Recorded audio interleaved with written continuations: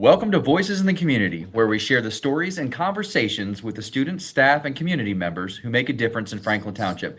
I'm Dr. Chase Oteri, Superintendent of FTCSE, and today we're talking to our valedictorian and our co-salutatorians. So joining me today, I've got Emma Hawk, Lydia He, and Mengzen Lian, who again are our valedictorian and co-salutatorians. So we're going to start off just hearing a little bit about them and their background in Franklin Township, and we'll kick it off with Emma, who's our valedictorian. Emma, welcome to the show, and why don't you tell us just a little bit about yourself and your career in Franklin Township?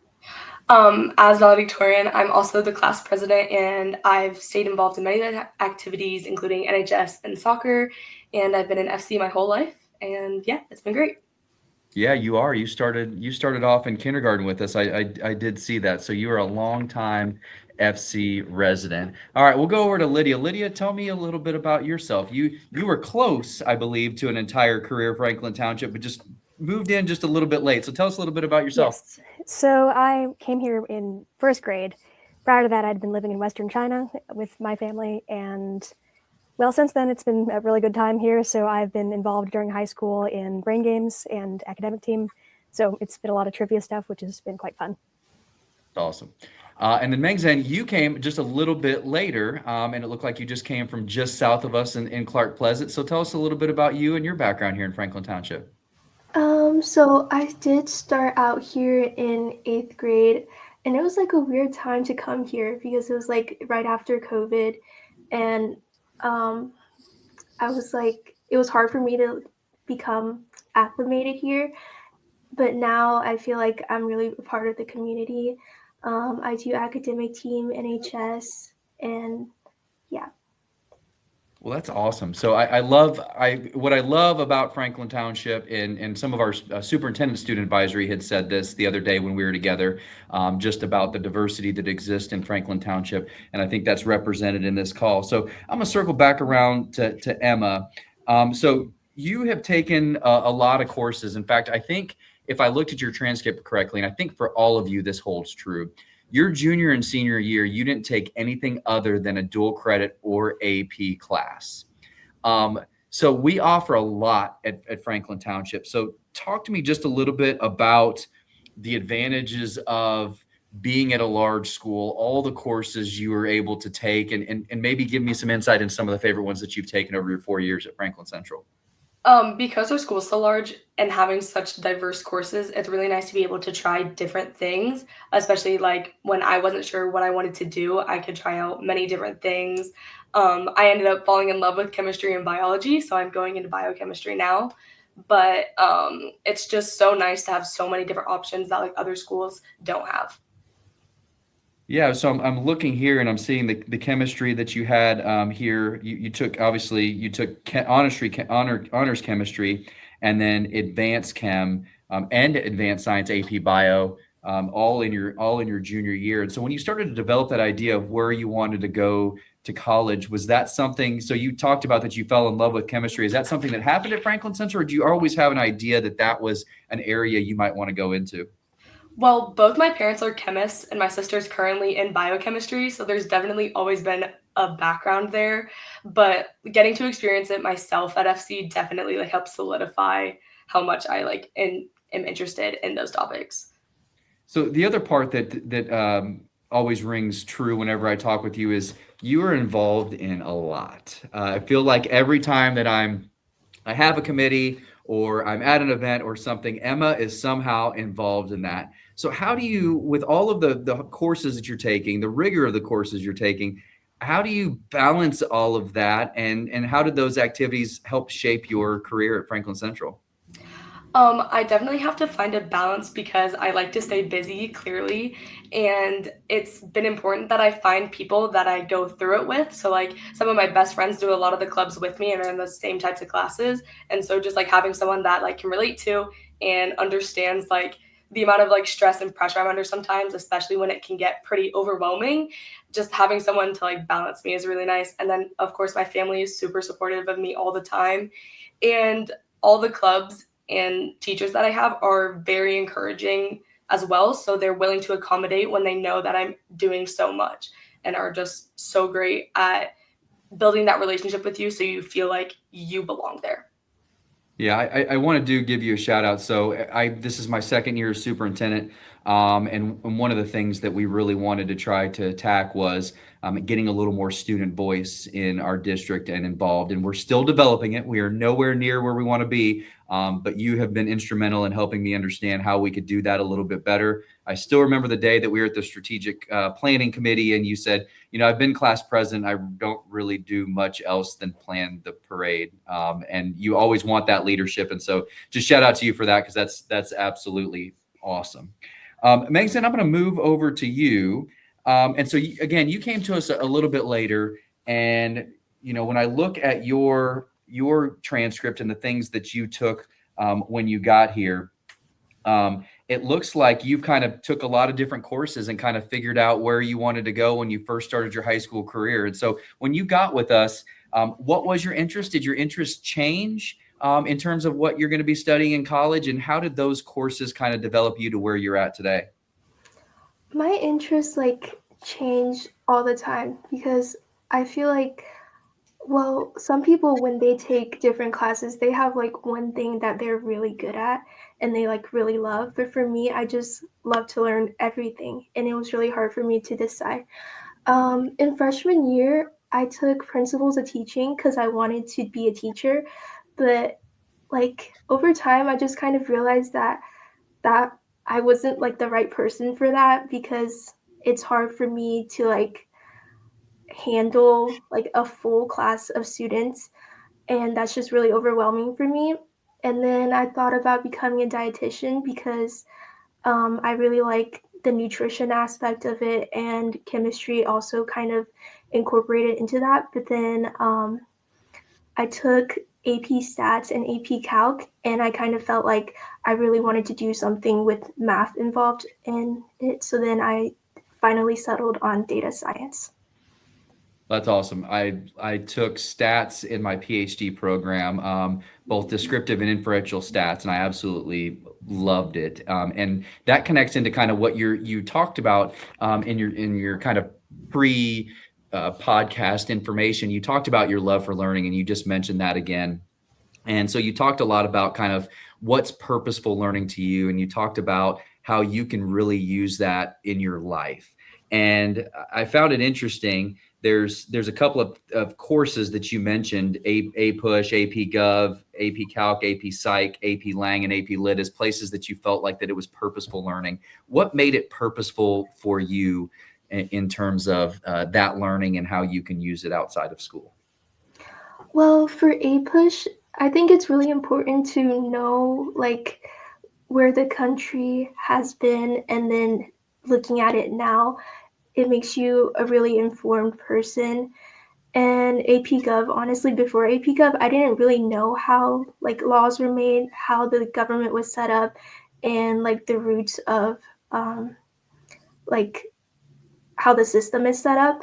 And as for AP Lang and AP Lit, it's so important to take those classes and have a greater understanding of how other people write and how to those hidden elements of what they write in their choices, how they set up their sentences, or what devices they use. Those are very important to interpret their meaning. And I feel like it's very important to be informed when you're reading news stories, recognizing bias and things like that.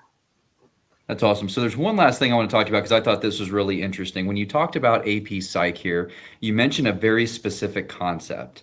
And I hope I'm not throwing you for a loop here, but you mentioned the fundamental attribution error in AP Psych. What made you specifically mention that? Because that's one of my favorite concepts in terms of working with people. But is there something specific that brought you to that topic in AP Psych?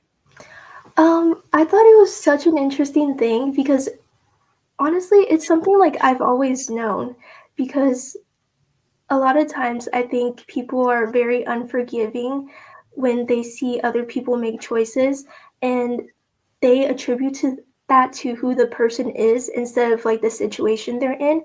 And I think just overall people need to be more forgiving, more understanding, and a lot of times people are in situations thought by choice. Yeah. I love it. And so for those that don't know what the fundamental attribution error, you can take an example of if you're driving and you cut somebody off. If you cut somebody off, it's because you're in a hurry.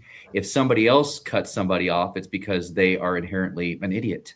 They're stupid, they're dumb. It's a character flaw versus just situational. And so if we assume good intentions with people, we're not going to run into that, because we all run into situations that lead us to act in a way that's probably outside of our normal characters. So anyway, love that you mentioned that. All right, Lydia, I'm going to come around to you. And you had a couple of different courses that you took at Franklin Central that was unique. And you started with some performing arts freshman and sophomore year. And then you got into a lot of the same courses that Mingzhen and Emma have kind of mentioned, but you took We the People. And so I kind of want to hear about, again, how it developed in freshman and sophomore year, your experience in performing arts, and then, choosing We the People, maybe any other courses that you really just enjoyed while you were at Franklin Central.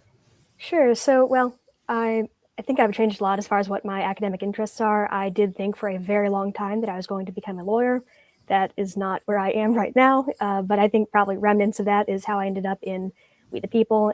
Government is still quite interesting to me. I do try and follow the news and keep myself up to date as that goes. So I had taken the 8th grade version of We the People, so that was why I did the senior year kind, and that was also a really enjoyable time. I enjoy competing with people, so that was a fun experience with that. And then band, I think, was very good to have a challenge that wasn't purely like overcomeable.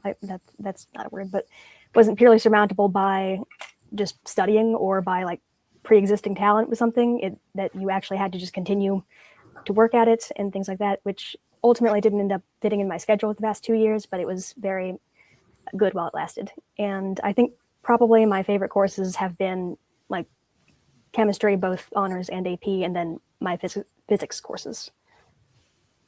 So you're the university that you're attending, you're going to have to tell me a little bit about. I looked it up. It looks unbelievable in terms of the science piece of how that university handles everything. But there's two pieces to this. Number one, material science, just to kind of tell us a little bit about material science, and telling us about, I don't want to mispronounce it, Duke Kunshan University, and what made that choice something that you wanted to take advantage of.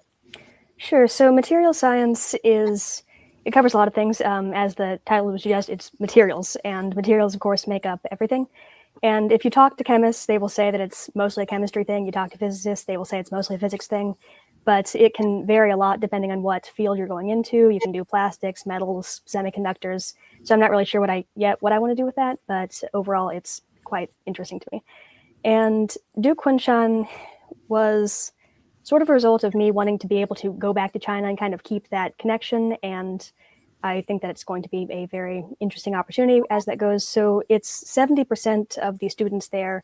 It's near Shanghai. So 70% of the people there are Chinese nationals. And then the remaining 30% are people from all over. So I've already met a lot of really interesting people with that, and I'm very excited about it. Awesome. How much Mandarin do you know? Some. I used to be fluent, but I've not. It's kind of been disused for years now.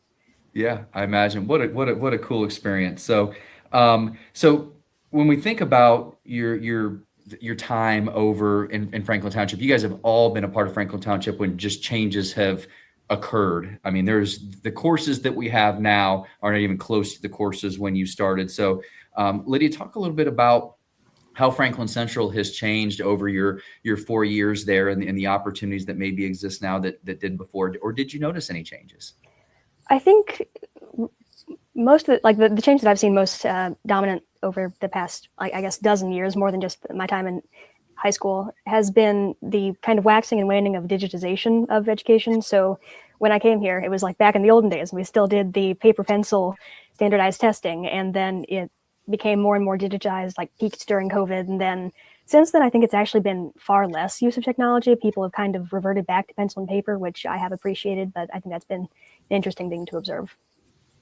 That's awesome. Yeah, it's something that I think every educational system is trying to wrestle with. You know, everybody's going to be using the digital side of things when they go onto the work world, but they're still, I'm still the guy that loves to read a book, an actual book. And so I think we're all trying to figure out what that middle ground is with everything.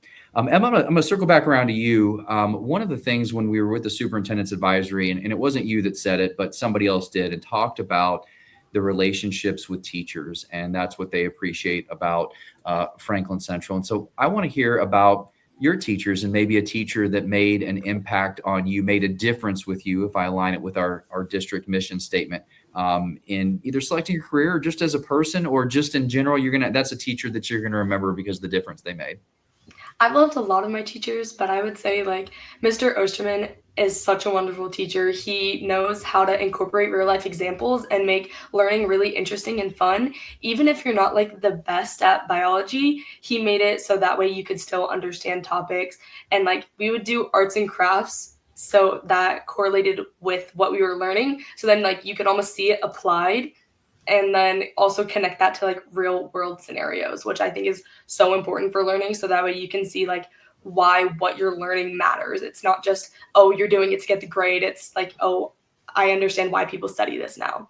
And then also I would say Miss Huff and Miss Weiss, not just academically, but they're the student council representatives, and they just were both amazing teachers in the classroom for their language classes, and outside of school, they are so efficient and effective in getting things around the school done.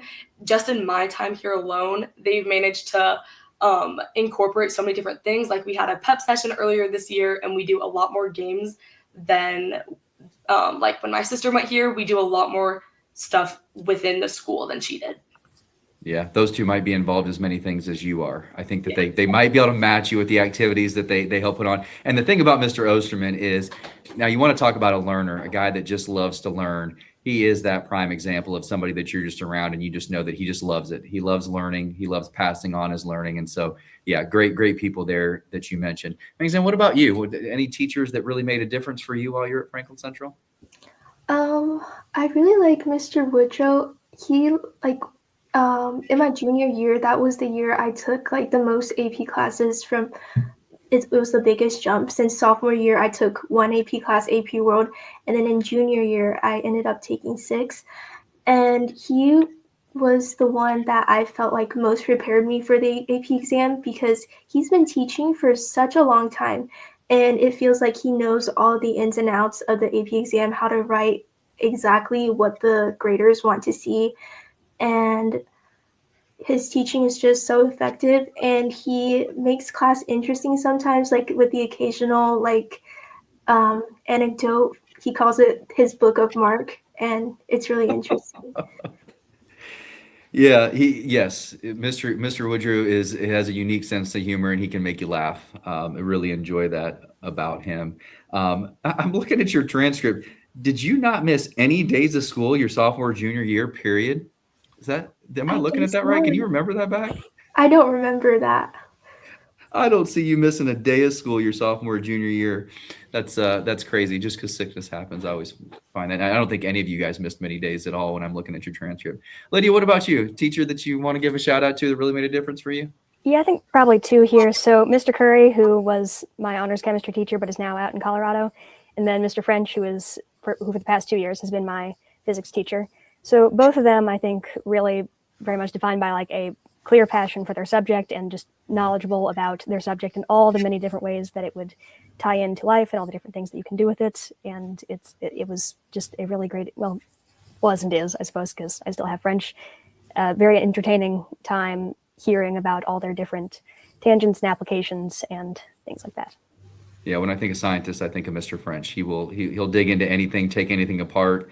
Love all of those teachers. And so we're hitting up on the 20-minute mark here. So we're just going to finish up here in terms of you guys really took advantage of the programming, and being valedictorian and salutatorian is not for the weak of heart. It takes a whole lot of effort. Just looking again at your junior and senior schedules, you took all AP and dual credit. So briefly, if you were to give advice to somebody that is making they're in 8th grade right now, and they're making their schedule for freshman year, and you have a chance to rewind it, think back to yourself when you were at the junior high and you're thinking about all of these courses that exist at the high school, your high school experience, you're nervous about everything, what advice are you going to give that 8th grade student who's making their schedule right now? Emma, you want to start us off? I would just say, like, do what interests you, and if you're not sure, try new things. Like, you never know what things you're going to end up super interested in. Like, I really love taking AP Gov, which I didn't expect, but it was so interesting. And then also just like, you don't need to stress about it as much. Like, at the end of the day, it'll work out, and you're not going to remember one class you took in high school when 50 years from now. Yeah, that's good advice. Mengzen, what about you? I think I have like a special background since both of my parents didn't really get to higher education. They both ended their education really early at around 6th grade. So I had to navigate high school by myself. And I think it's important to ask questions and consider all your options. Like, look through all the websites that you have for Franklin Township, the course guide and everything like that. And just know that if you don't know what to do for your next step, ask your counselor, and there's a great support system here at the school. That's awesome to hear. I didn't catch, where are you going to go to school next year? I am considering IU Indy as my top option just because I have the most financial aid for that. I will say I was just on their campus meeting with their new chancellor, and I had no idea how nice that campus was and the things they're doing with it since it became IU Indy versus IUPUI. Emma, back to you real quick. Where are you going to go to school next year? I'm thinking right now IU Bloomington. IU Bloomington. Okay. All right, Lydia, what about you? What advice you giving to your 8th grade self or an 8th grader that's sitting there making their schedule? I think I would say, first off, don't make assumptions about what you will and won't enjoy, because you in 8th grade probably do not actually know. I mean, you probably also don't know by the time you finish high school to some extent, but you definitely don't know when you're in middle school. And then I would say also, don't be afraid to challenge yourself. If something sounds difficult, but you think you want to try it, you should go for it and just make sure that you enjoy the ride. Well, you guys are absolutely awesome. I think this is a great example of purposeful learning, and I know you guys will make a difference in the world.